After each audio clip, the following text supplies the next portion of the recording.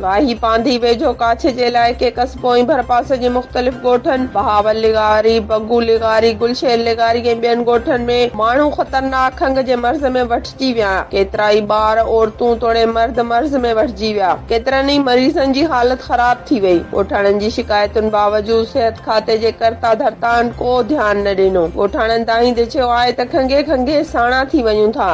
अहिड़े क़िस्म जी खंघ कॾहिं बि कंहिंखे न ॾिठी आहे। जल्द डॉक्टरनि जूं टीमूं मोकिलियूं वञनि।